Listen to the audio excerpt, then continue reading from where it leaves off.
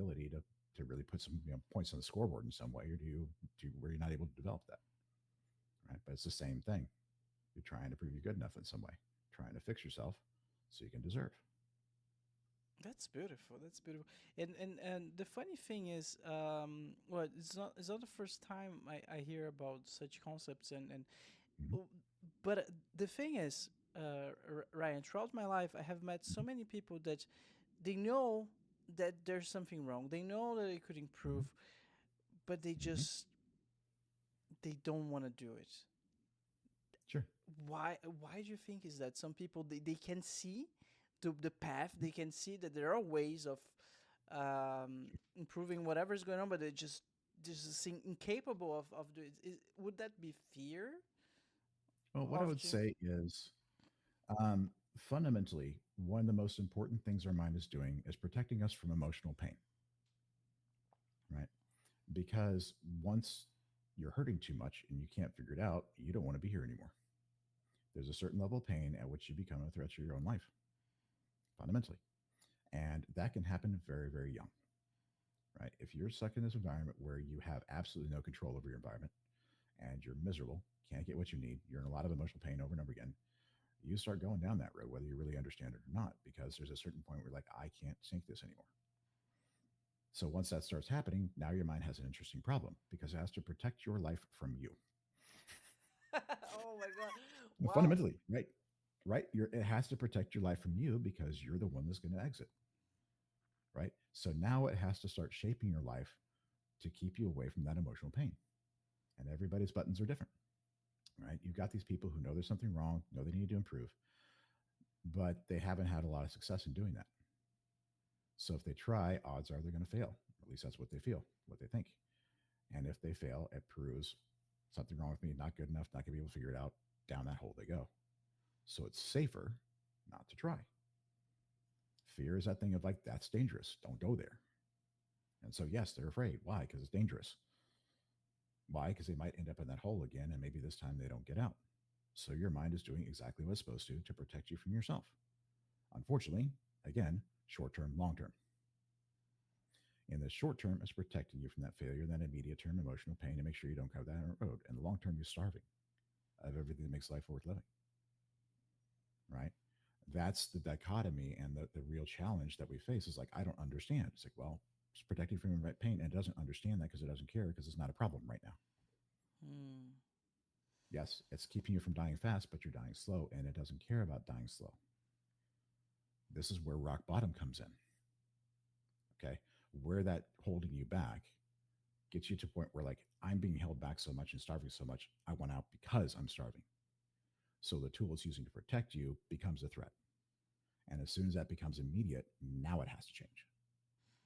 But until you get there, it doesn't have a reason to because it's working well enough. It ain't broke because you're still breathing. It's doing fine. It's doing what it's supposed to. Hmm. Therefore, it's not broken. Therefore, there's no reason to fix it. So you have to find a way to bring that in the present, show it that trap. So it says, oh, this is broken and I need to fix it. Just to give some Mhm. context and examples for the Sure. listeners, we could be talking about people stuck in toxic relationships over and over Hmm. again, Hmm. or unfulfilling jobs, would I say, Hmm. I'm just coming up with Oh, those yeah. all the top of my head. Yeah, I s- absolutely. yeah, okay. Absolutely. Well, think about this in terms of somebody who keeps on getting in toxic relationships. Okay. Number one, you have this need. I have got to be in a relationship. That's a powerful need for me. People need to be in relationships, but I'm not good enough. I don't deserve. So I can't have a healthy person, Mm. right? I don't deserve that. And I know it, right? And the thing about relationships is you can't hide who you are in relationships, not for long. Like that is when you're seen most clearly. So if there's something wrong with me and I'm broken and I'm not good enough, they're going to see it. So I can't be with a healthy person because they're going to see that I'm broken and not good enough. They're not going to accept me. So I can't go there. But I have to have a relationship. So I find somebody who's going to accept the broken, unworthy me, which tends to be toxic, right? Not because we want to be in toxic relationships, because we don't deserve any better. And going for what we want would confirm the not good enough, something's wrong with me, down the hole we go, right?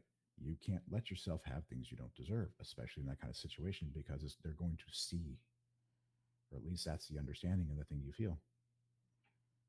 So got to protect myself from that. Fair enough. Got to give yourself something. Fair enough. But you're not getting the good stuff. You want filet mignon, you're getting Taco Bell drive-through. Like that's it, right? Because that's all you can afford. All you can afford is Taco Bell drive-through, so that's what you eat, right? You ain't got enough money for that filet mignon, right? If you think about jobs you don't enjoy, again, like you need a job, you got to do something, got to pay the bills, but you can't really go for what you want, even if you know how talented you are, because you might fail, might not get it, right? Imposter syndrome is a beautiful example of this, right? Everybody's telling you how awesome you are, and you don't believe it because it doesn't match that idea that you have of who you are, right? So it doesn't land, it just doesn't resonate, right? So that's the entire point of all this work is let's get down there and take a look at why you think you're the problem. Take a look at why you think you're the thing that needs to be fixed. Take a look at why you feel like you're not good enough. Figure out where that stuff comes from and fix it. So we go from there's something wrong with me to nothing wrong with me. I'm not good enough. I am good enough. I don't deserve to. I am deserve. Fundamentally, the place I try and take people to, where I work to get my clients to, is a core understanding and set of beliefs that says there's nothing wrong with me. There never was. There was nothing to heal, and there never was.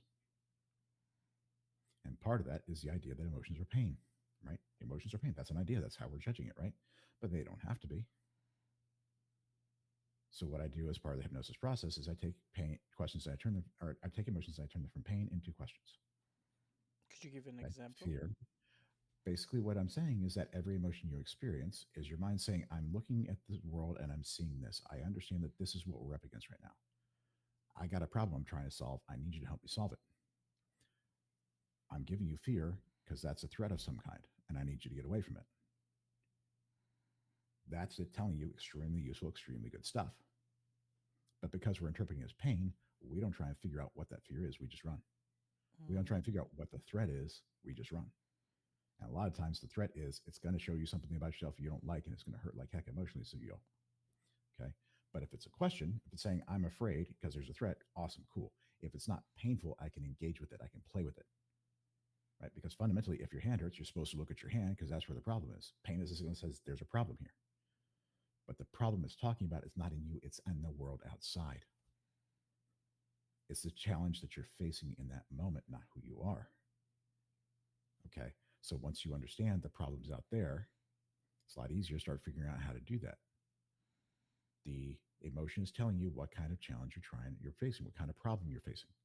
And if figuring out what the problem is the hardest part and it's telling you how to find the problem, well, you get there a lot faster. So would you say Right. that most of the times, if not always, the problem is not on yourself? It's outside of you? 100%.